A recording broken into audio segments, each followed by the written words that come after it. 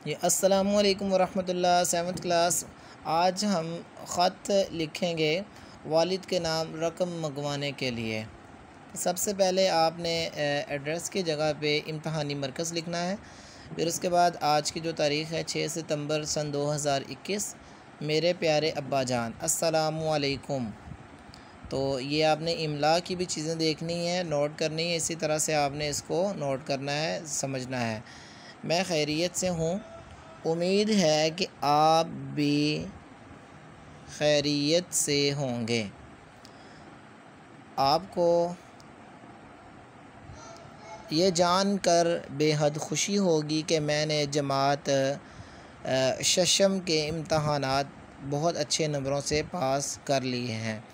अब मैं जमात हफ्तुम में हो गया हूँ। ये सब आपकी दुआओं का नतीजा है। ये जमात आपने चेंज करनी है। मुझे नई कॉपियों, नई किताबों और फ़ीस के लिए पैसों की ज़रूरत है।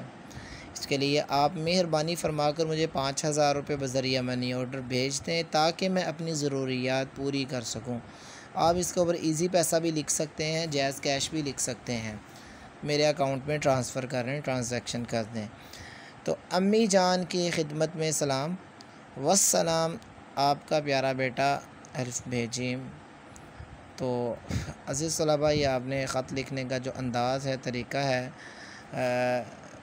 यह आपने सीखा, इसको आपने समझा।